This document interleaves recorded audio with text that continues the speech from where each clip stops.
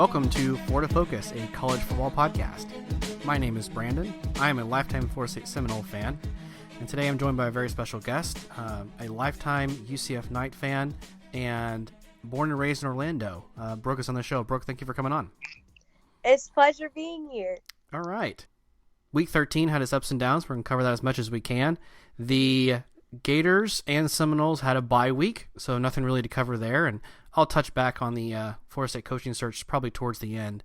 But let's go ahead and dive right in, Brooke. We have Miami playing FIU in a special game, and the Hurricanes go down in a loss in Marlins Park. And I mean, I'll let you chime in as you see fit, but man, this is a terrible loss for the Canes. I agree. You have a team out of the ACC who is 6-4, cruising along, had seemingly found their footing. You think they're going to get to 8 wins on the year. You have what seems to be exercise demons with the quarterback position. The offensive line seemed to have improved a bit. And then you just come out and lay an egg. I mean, at one point, Miami was trailing this game 23-3. It wasn't even close. Mm-hmm. And I'm just blown away that they would let the Panthers sneak up and win a game like this. Yeah, I was really impressed by FIU and making this move. I mean, it's a pretty big win for them. And especially with how big of the lead they had. They did let Miami come back a little bit in the fourth quarter, and it was a close game there towards the end. But they definitely seemed to control the game throughout the entire thing. So that was really impressive. Yeah, I was going to say just that they controlled the game, and they turned Jaron Williams over 3 times, 2 of those being on the first possession of a half, so at the beginning of the first quarter, beginning of the third quarter. Defensively, they just completely owned the Canes. Miami didn't score until late in the third quarter and didn't get the first touchdown in the middle of the fourth. It was a hands-down great victory for FIU. And this is a Panther team that, Chris and I talked about earlier. We thought they might win Conference USA, and they just struggled to meet a lot of expectations. They had their quarterback Morgan out earlier in the season.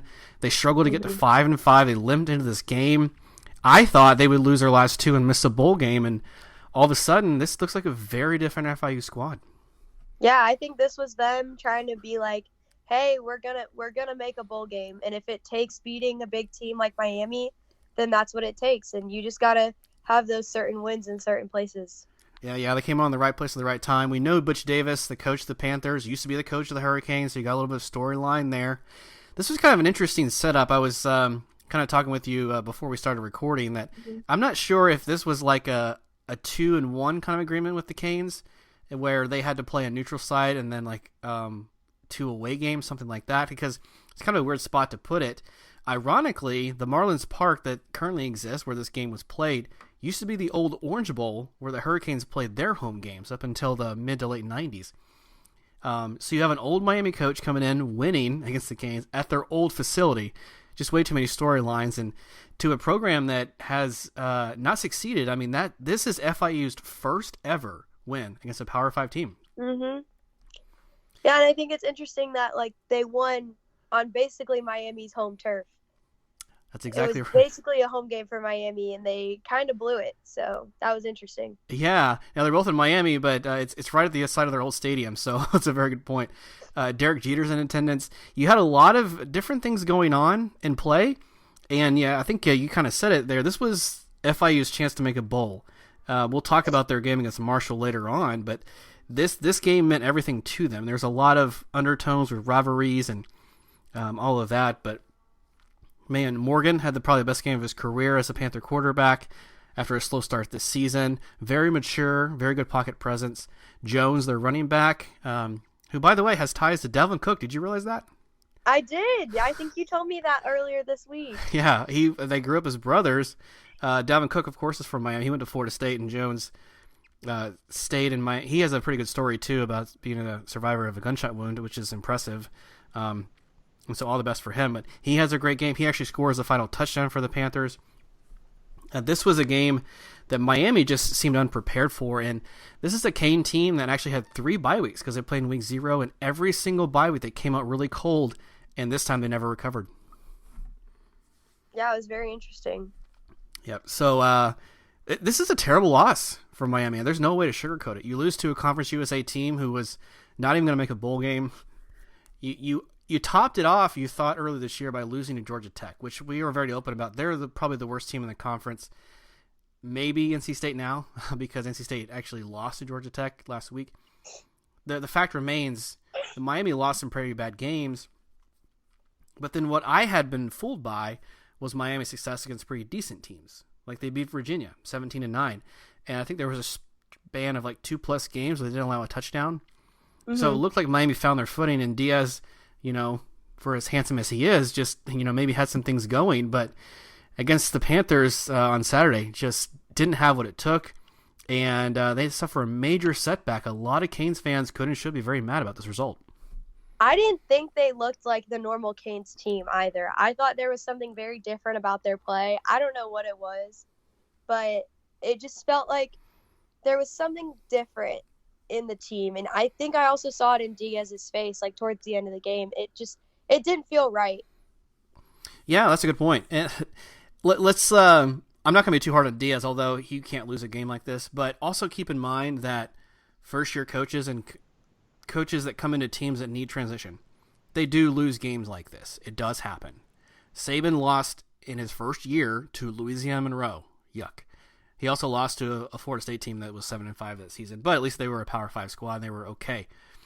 But when you're talking about playing group of 5 teams, especially lower rung teams like this, now I could forgive like a UCF loss, that makes sense, right, but not an FIU. Right. Yep. So, 30-23. It sounds like you were surprised with the result. Anything else you wanted to add about the game? No, I think that's about it. Yep. So Miami falls to 6-5. The Panthers are bowl eligible at 6-5 as well. And what a highlight, a punctuated victory on their season. And Butch Davis probably has a pass to stay as long as he wants now as the Panther coach, I would imagine. All right, so that about wraps that up. Let's go ahead and transition. Since, Brooke, you're a lifetime UCF fan and a season ticket holder, you have a lot to weigh in on this one. UCF traveled to Tulane. So I'll let you go ahead and get started. What are some things you noticed about this game? Positives, some opportunities, and just how the game played out overall. So this game was, going into it, I knew it was going to be a hard one. Tulane has been a decent team this season, just like most of the AAC. And we had just come off of a bye week, so we didn't know how we were going to handle that.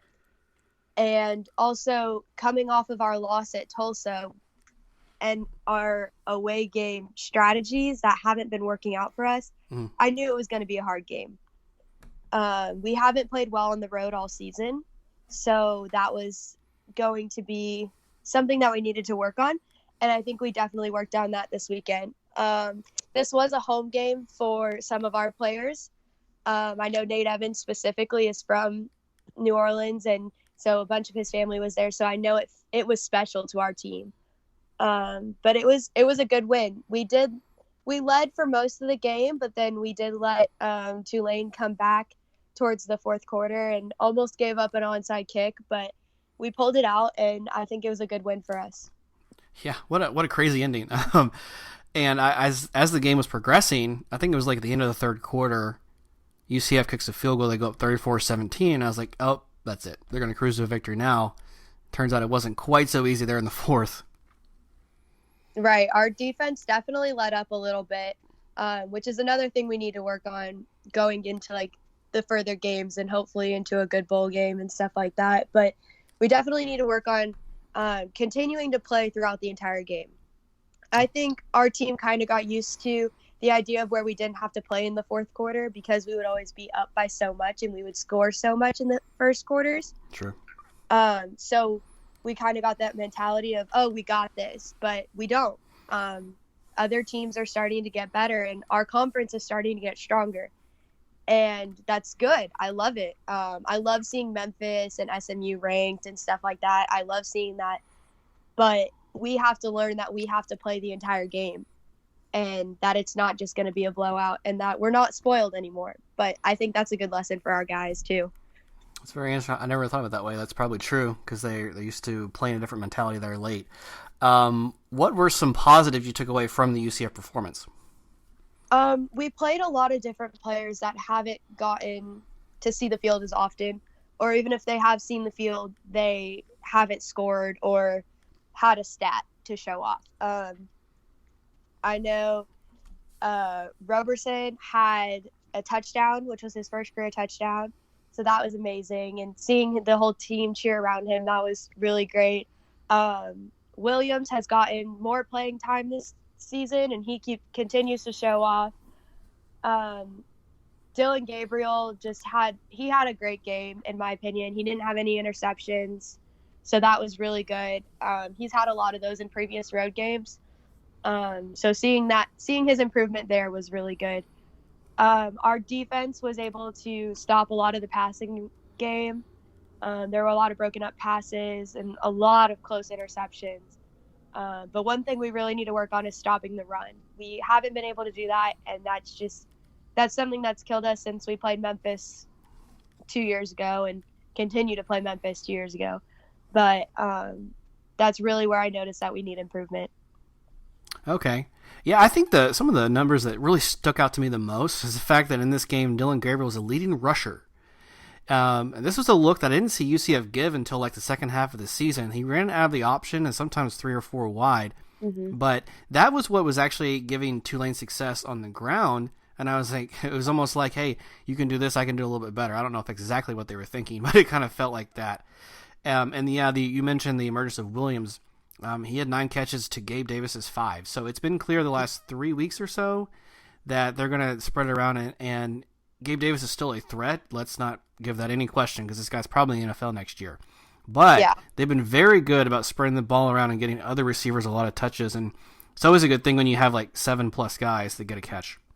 Yeah, we had some Trey Nixon had some touches. I saw Gabe Davis. They just are the defenses that we play have been continuously blocking him, which is understandable. Like, he's amazing.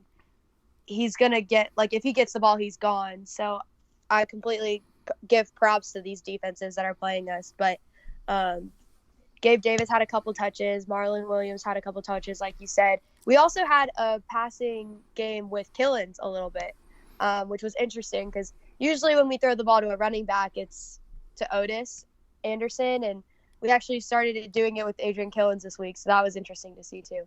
Oh, yeah, that's a good point. He did get especially I think it was the first drive of the game. It's like if Killens had 6 targets, but only 2 rushes, so like they threw the ball him 4 times. And yeah, he was used a lot more during his middle of the season when he was kind of maybe a little lame or limp from an injury. I'm not sure.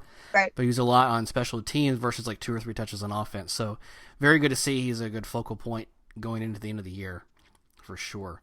And I had one other quick thought about the UCF defense. It really surprised me to know that they have what probably Phil Steele refers to as havoc rate, which is UCF has got a lot of tackles for loss.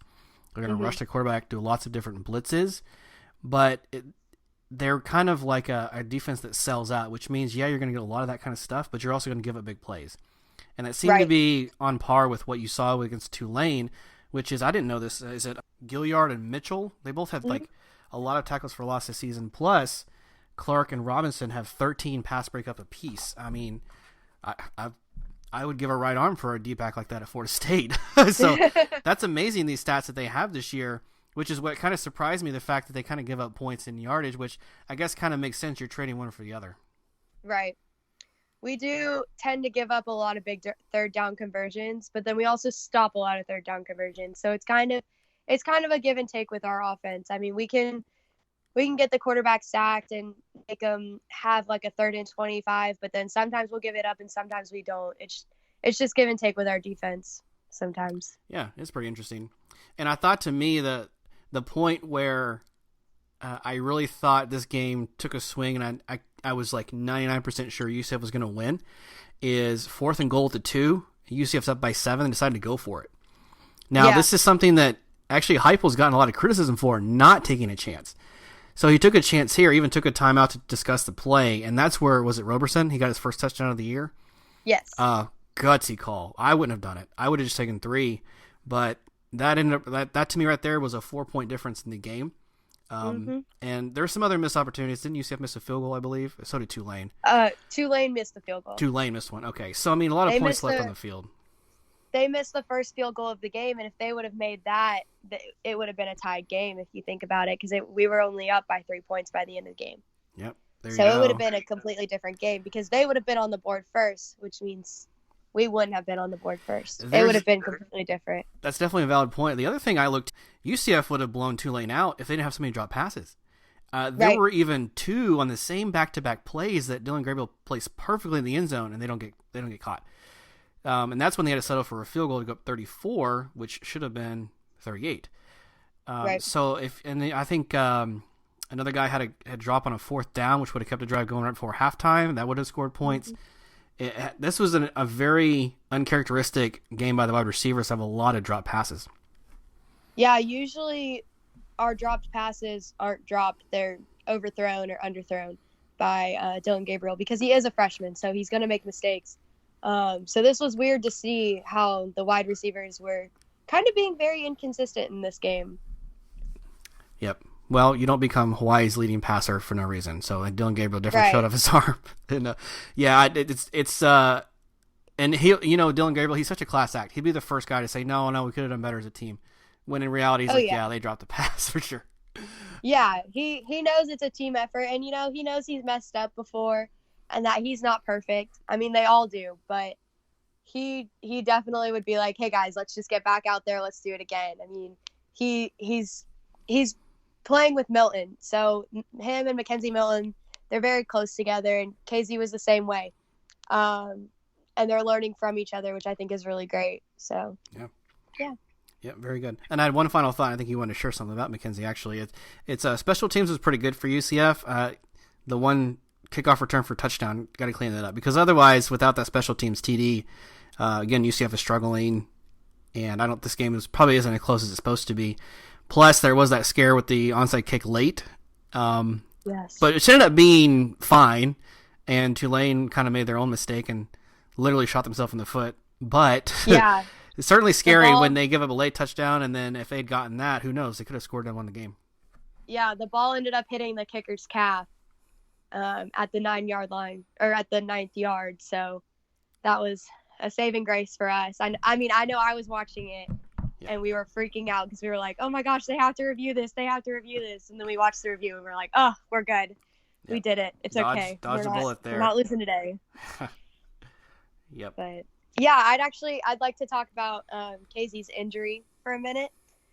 A year ago Saturday, we were playing the South Florida Bulls. Disgusting, by the way. And it was basically a home game for us because it was in Tampa, but we took over the stadium because that's just what we do. And KZ went down with a horrible knee injury. And it was one of the hardest moments in fans' history that I can think of. I mean, the entire stadium was quiet. Sure. We were all super worried.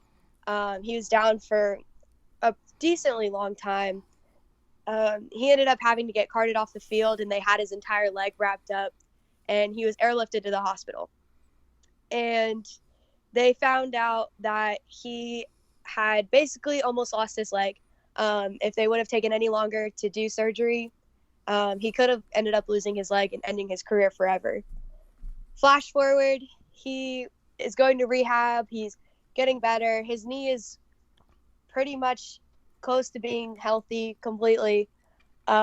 He's been healing faster than any doctor could have ever predicted. The nerves are coming back. He's having a great rehab session and stuff like that.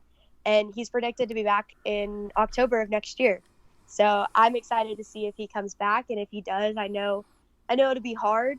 And I know he'll have to fight for his spot. But I know it'll be a great thing for our team to be able to see him come back up. Yeah, well, thanks for recapping that. I didn't realize the journey had been, a year long. So it's impressive. But to see him there on the sidelines with the clipboard, whispered in quarterback's ears, still stopping to give fans photographs and signing memorabilia. That's just a class act, and so it's really good to see that support on the sideline.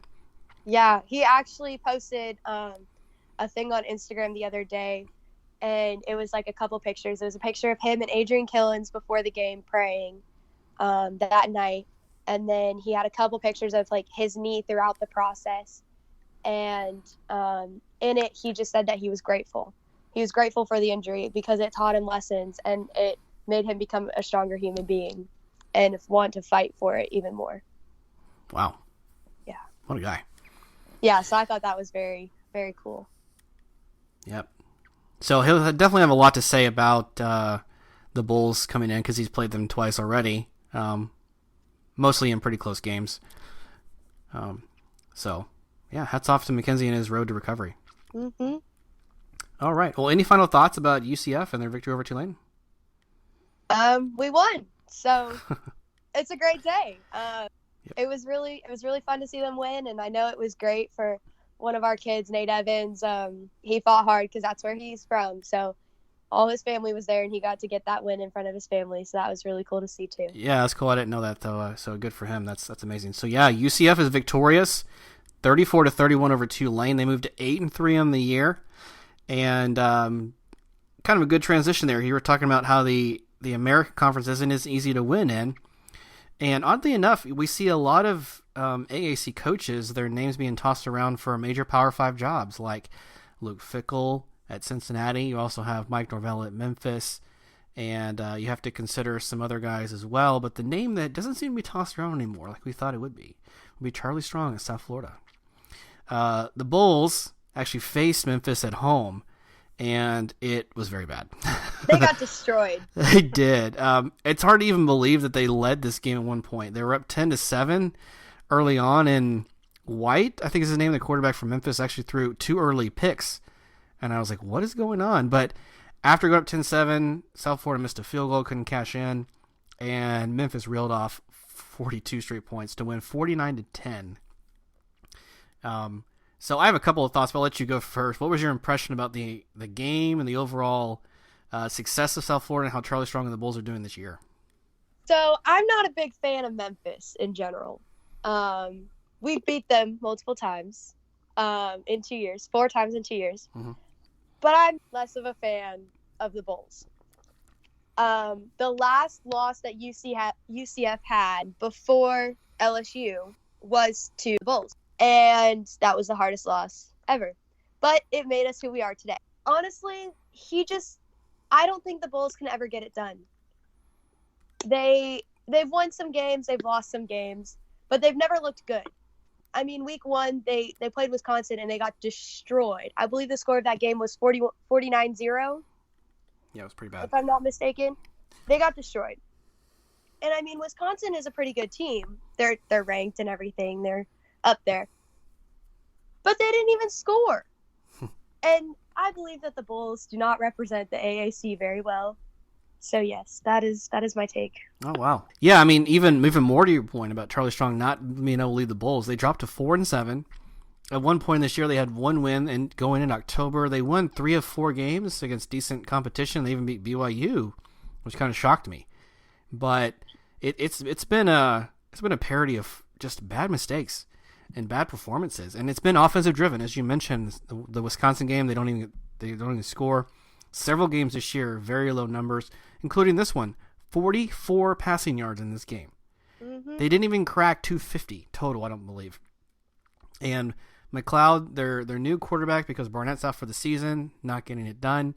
They even had to go to a second backup because McLeod was performing so poorly. And then they brought in another guy to do like a wildcat formation just to try and get first downs, which was still unsuccessful. You would think bringing in Kerwin Bell, who used to be a Gator coach, who was at Valdosta State in Division II and did well, you bring him in as your offensive coordinator, and it's produced no results. So it's crazy. But then on the other hand, you have, I think it was 2 weeks ago, maybe even last week, UCF, I think was off. But then South Florida was active, and they nearly beat Cincinnati. Yes. That was probably their best game of the year, but they still couldn't pull it off. Yes. You and I talked about how bad the kickers were. The kicker went 1 for 5 in that game, and then Tulane had a bad performance. They missed 1 against UCF, which ended up being costly. So it's just been terrible. And then, not to mention, the attendance for South Florida games just gets worse and worse every week. I mean, like I said, we had our game there last season, and yeah, it's only 2 hours away, but still, we traveled, and it was basically a home game for us. I mean, they were trying to do the green and gold cheer, and it was black and gold because every UCF fan was screaming. How about that? And we outnumbered them. So, yeah, it's pretty fun. Yeah, it's always fun to see a rival go down, that's for sure. But it looks like, actually, yeah, we can confirm this, that South Florida will be the only major Florida team we cover that will not go to a bowl this season. Right. So with this victory, they drop out of contention, and with the upset, FIU is actually bowl eligible. So what a crazy weekend in those terms. But other than that, Memphis looks good. They're probably going to roll to, I would think, in a conference title. They do play Cincinnati this weekend, as a side note. So that will probably be one of the best games of our conference this year. Yeah, and what interesting timing for them to play in the last week of the season, because it's very possible they play each other in back-to-back weeks. Right. Depending on who wins that game will matter who hosts the following game. I believe this one's at Cincinnati. But if Memphis were to lose and Navy were to win, Navy actually wins the division. And then Memphis can't go for the title at all, which probably means no New Year's Six. It's coming down to the wire, just as it usually does in the American these days. I think it's been very confusing this year in the American because the teams we thought were going to be amazing either were or they weren't. Honestly, I thought UCF was only going to lose maybe 1 or 2 games this year. Yeah, I thought too. probably 1. But I would have been okay with 2. I'm still okay with 3. We played a good season, but I never would have thought that Cincinnati would be killing it over here. Yeah. I knew Memphis would be good because they were good last year. And then Navy, I don't know where they came from, but they just came from. And it's been a very interesting year in the AAC, for sure. Speaking as a team that used to play the triple option offense like Navy, when Georgia Tech had it rolling and they had the right athletes, they were very hard to stop and beat. In fact, Georgia Tech even won the ACC one season with that gimmicky offense. So if you have the right teams and the defenses aren't ready, then it can work. So it's good for a victory like 2 out of every 7 years. So this is one of their good seasons, but it can also really devastate you when you have to throw the ball and they're not able to. So it's been an interesting turn. You're absolutely right. Tulane started off really well, and they kind of fell off.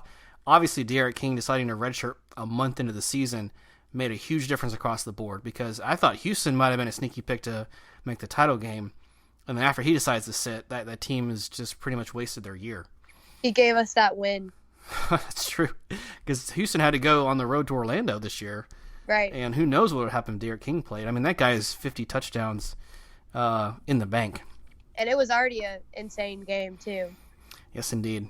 UCF scored a safety in the fourth quarter. That was my favorite part. I forgot about that.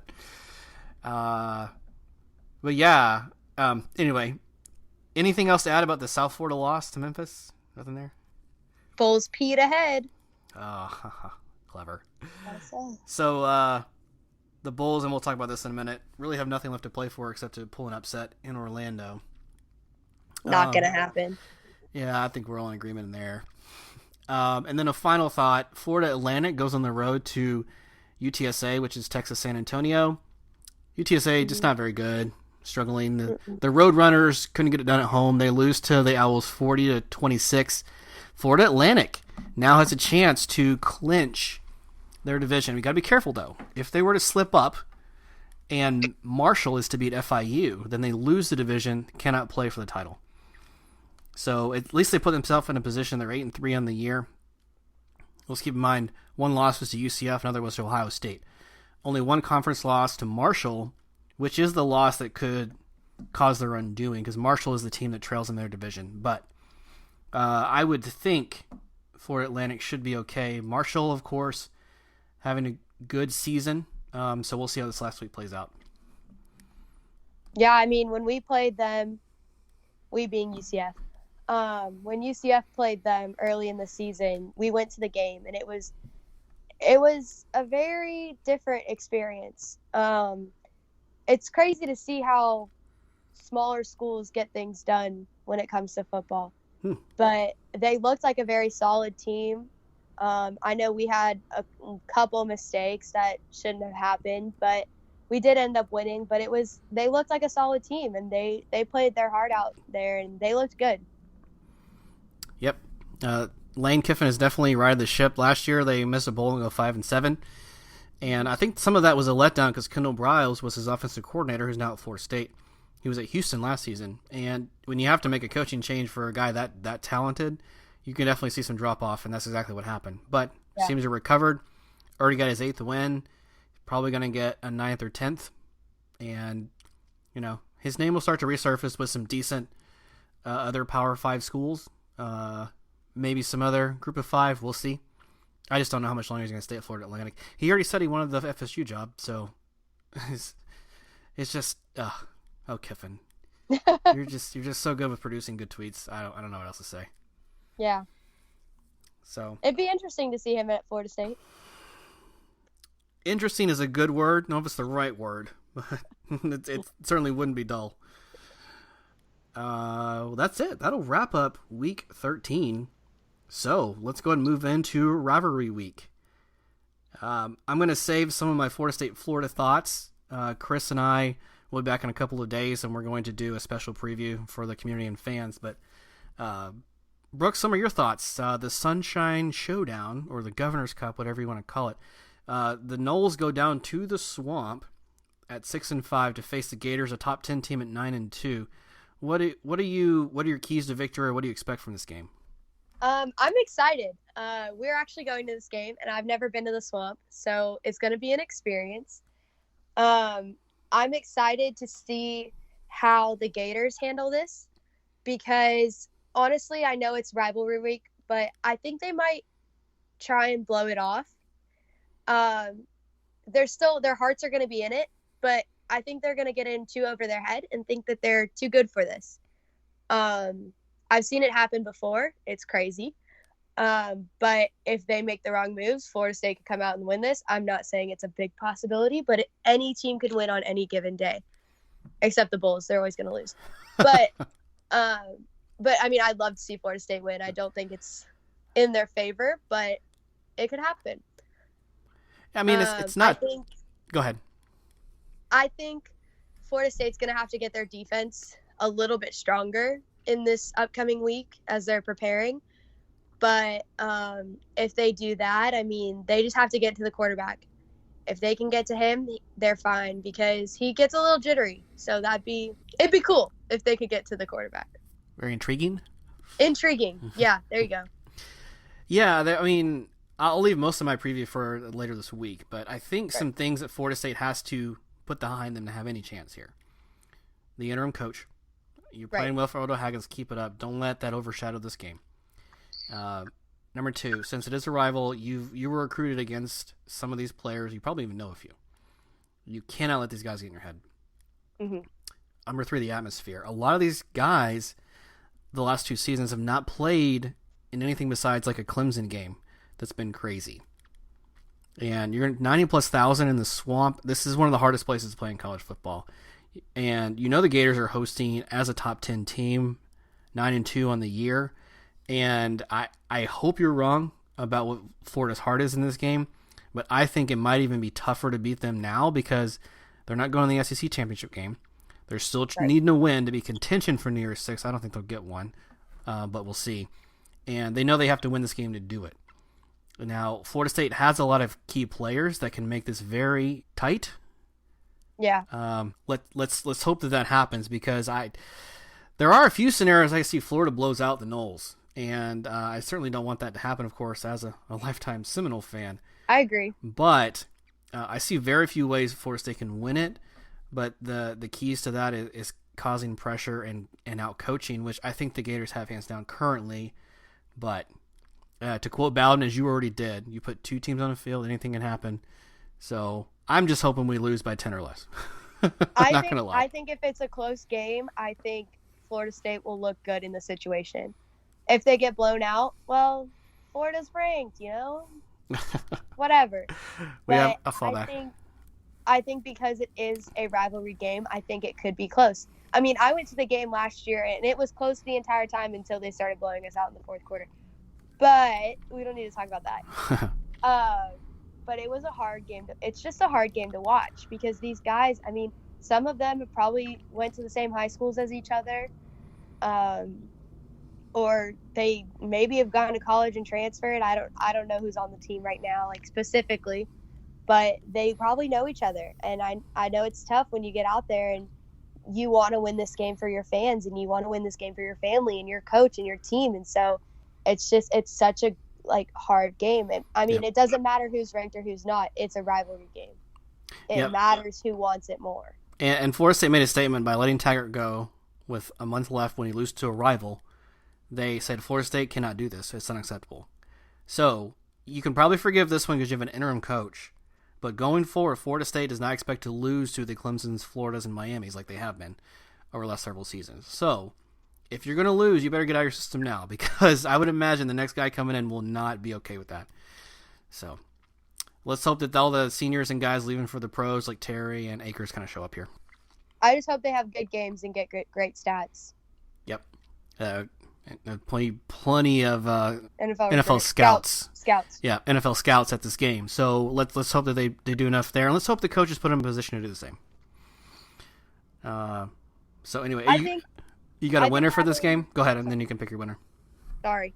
I think having Odell in is really going to be a great thing for the guys because he's been there with them too throughout all of this. So, honestly, I think it's better than having a new coach, in my opinion, because they have someone to play for. Their new coach could come in and they could hate him because he took Taggart's job and Taggart recruited them. You know what I mean? But having Odell there, like, he's been there for them. He knows these guys. Like, it just makes it more special to me, I feel.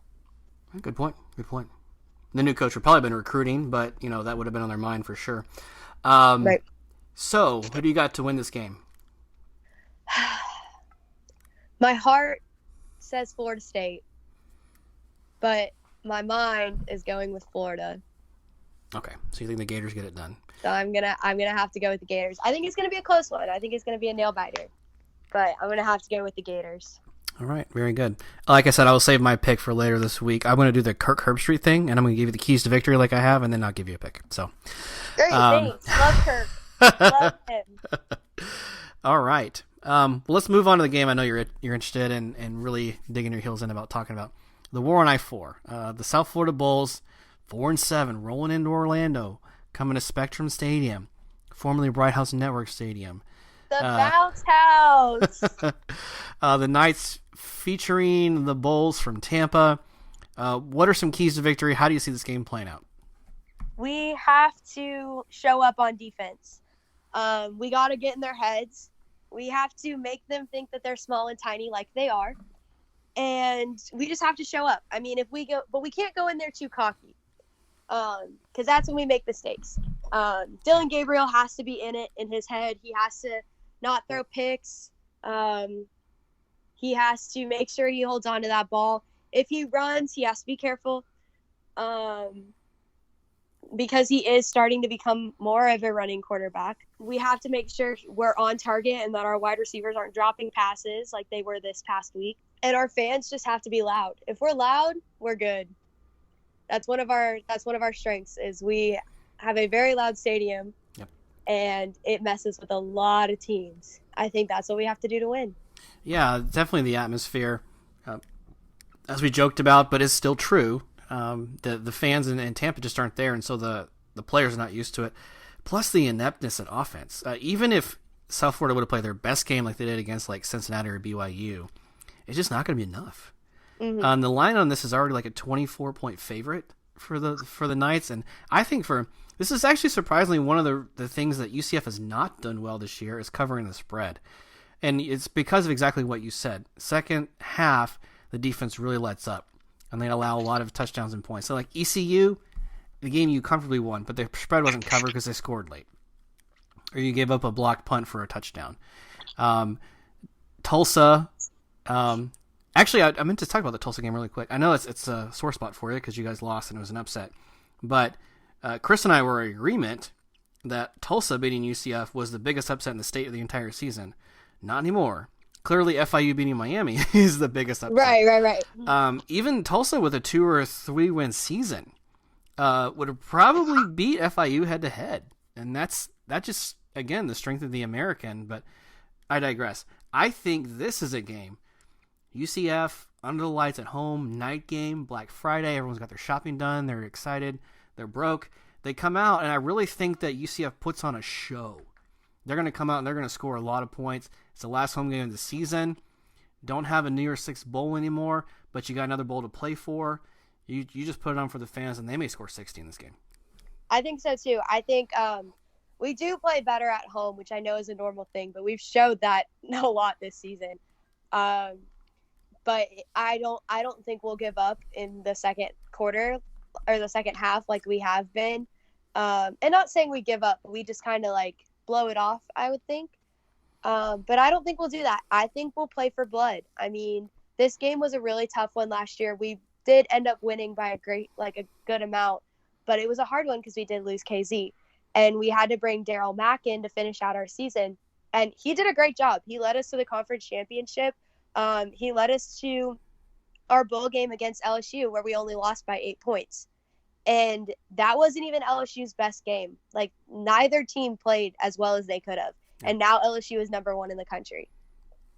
So, I mean, Daryl Mack was legit last year. And Dylan Gabriel, I think he has a really great chance to become what KZ was leading to. And even better, I think he has great potential.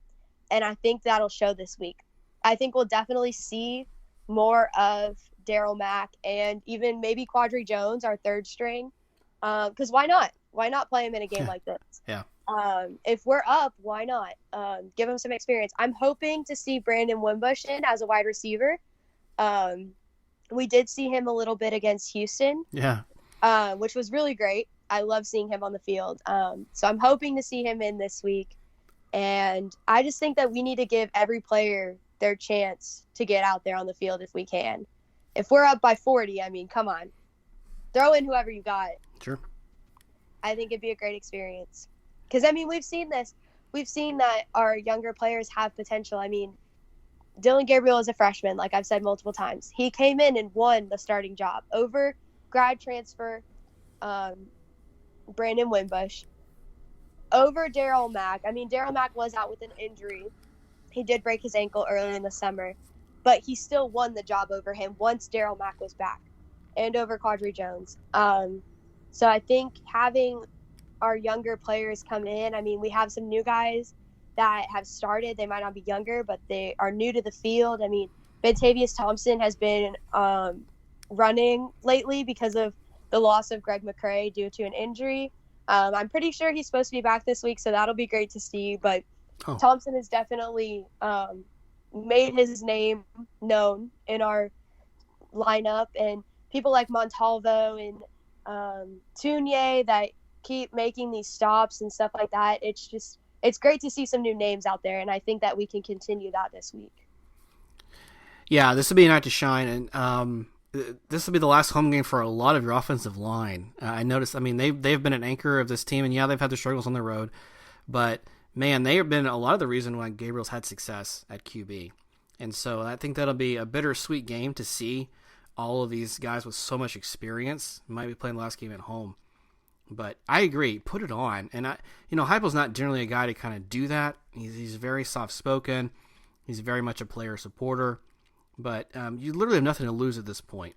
You need to beat a rival. You need to beat him soundly, as he's already gone on record saying, you bragging rights for a year. You've already crushing it with recruiting against the Bulls. The Bulls' entire class last year was recruited in the state of Florida, which tells me they're not leaving the state. They're getting what's left behind from the UCFs, Miami, Florida State, Florida's of the state. And, that's great, and that's a good game plan. There's plenty of talent here. But they just can't win it outside. So a victory and a big one here, that's going to sway a lot of guys to come to Orlando instead of Tampa. Yeah. I mean, we've been recruiting all over the place. I mean, we have people obviously from Hawaii. I mean, that's how we got KZ, and that's how we got Dylan Gabriel, and they seem to be working out with us just fine. So, I mean, our recruiting is definitely a big thing that has changed over the last couple of years, and that started with Frost. I mean, he brought in a lot of guys. I mean, he brought in our seniors this year. They're all his kids.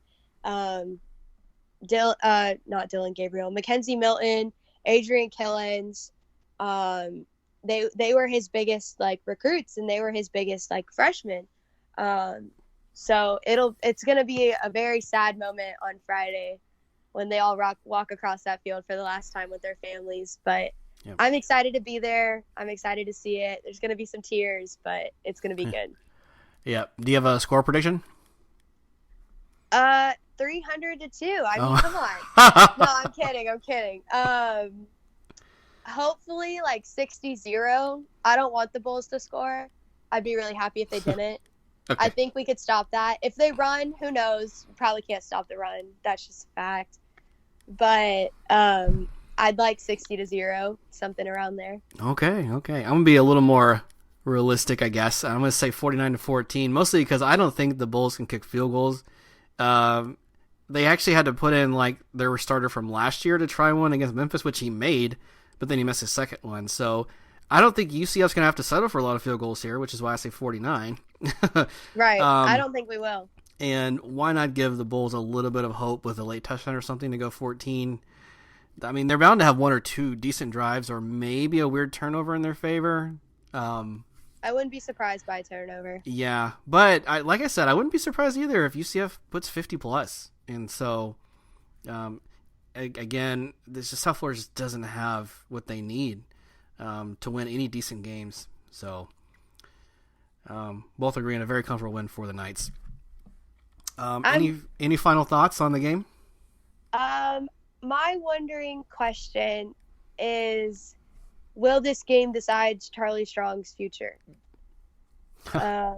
Because he's been kind of iffy for a while. Like this past season wasn't great for them. Last season, they started out strong and then they died. They lost most of their final games. Right? I'm correct? Yeah, they started 7-5. They lost their. They started 7-0. They lost their last 5, including the Bowl 7-6. They lost their first 2 to begin this year. I think they lost 7 or 8 in a row. Yeah. They salvaged a few wins, but they've only gotten 4 this year. Yeah, so he hasn't had that great of a time with them. And like you mentioned earlier, the guy before him was Willie Taggart. So it'll be interesting to see where his career goes after this game, or if it continues, and if it does continue, it'll be very intriguing to see what happens next year. Yeah, I have no idea what his contract looks like or a buyout. I do know the coaches, we talked about this last week, there is Taggart, you could hire him back. Levitt's on staff at Florida State. He was their coach about 10 years ago. That's probably not a great move in my opinion. But, also, I don't know if I'm South Florida. What exactly do I expect from a head coach? We've only had football for 20 years, and do we really want to invest that much money to win? My answer is, yes, you should. But maybe they're not. Maybe they don't see it that way. I don't know, and maybe they're okay with just Charlie Strong is a big name, which he is. Defensive coordinator for the Gators forever. He was even head coach for 1 game. He was the head coach at Texas and Louisville. So I mean, he's definitely got some cachet. I just don't know if it's enough long term, and we can definitely start to see the downslide here. The writing's on the wall. This is his 3rd season, and he hasn't produced a lot of good stuff. He is going to miss the bowl this year. Yeah, I agree. It's only a matter of time, I think, unless something really drastic happens. Yeah. So, wish him all the best. I was always a fan. I want him to succeed at South Florida. It just hasn't been there. Yeah, I like his coaching style. I like what he does. I like him as a human. I just don't think he has what South Florida needs, if they need anything. Like, I agree with you. I don't think they want to make football their pride and joy. They do have a lot of pride in basketball. I don't know why. It's not that great. But I agree. I mean, they don't even have their own football stadium. But neither does Miami, so. I was just about to point that out. They won't even. I know Tampa has the money for it and probably the land. They just don't care. Yep. Miami's different. They're kind of pigeonholed in, and from what I understand, not that that's an excuse too much either, but I'm going to take a stab at it anyway. So, yep, comfortable win for the Knights. Let's see. Let's go ahead and talk about a little bit of FIU Marshall.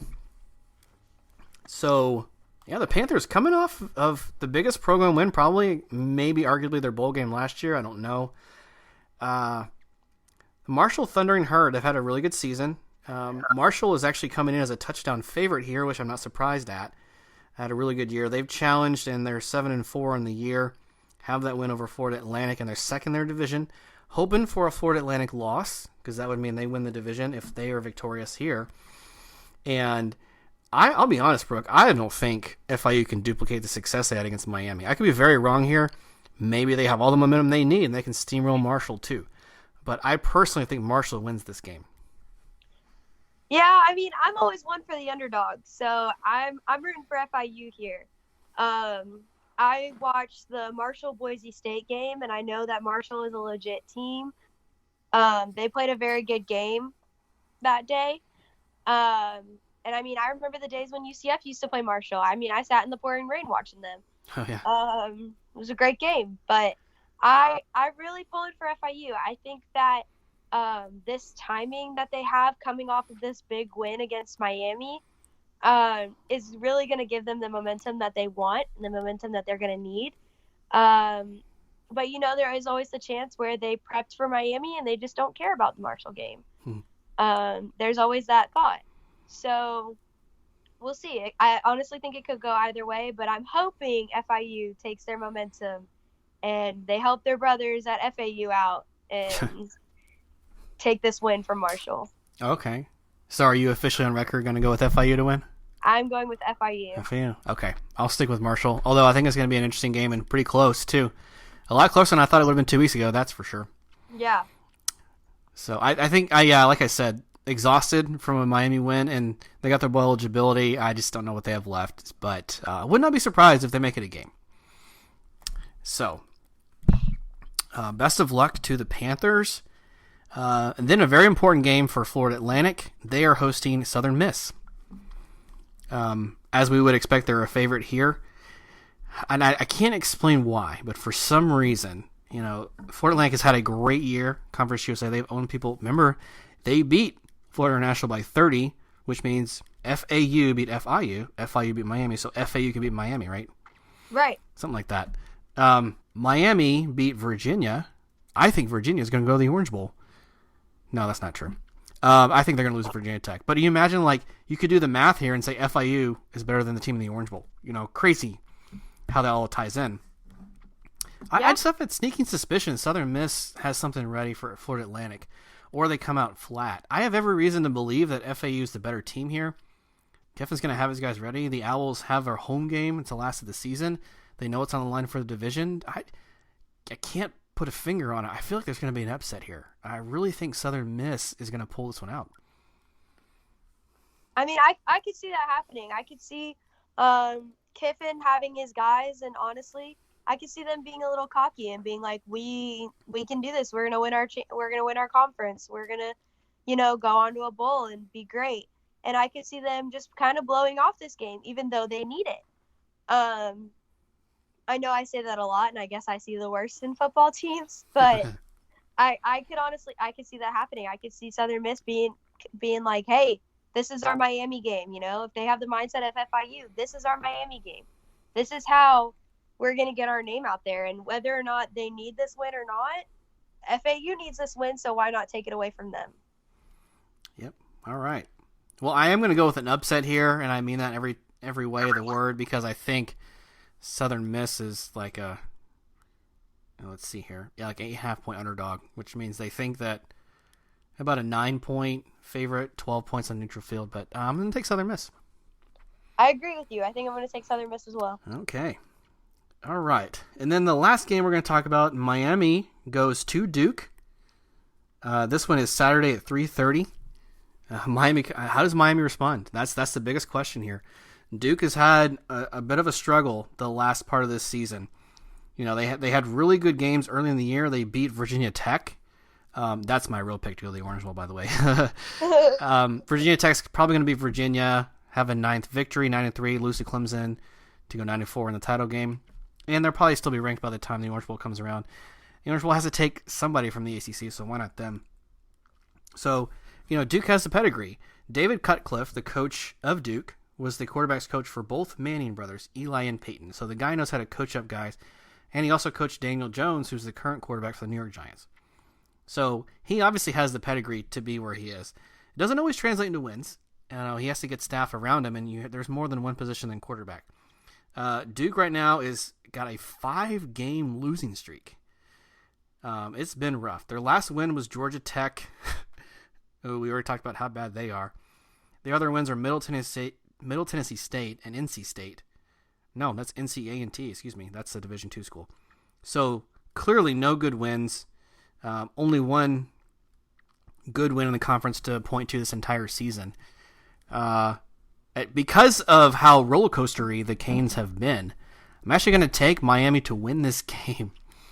Although they lost to a worse team on Saturday, as we know, I just can't imagine with nothing else to lose that happens. I could be very wrong. I was very wrong with them playing FIU.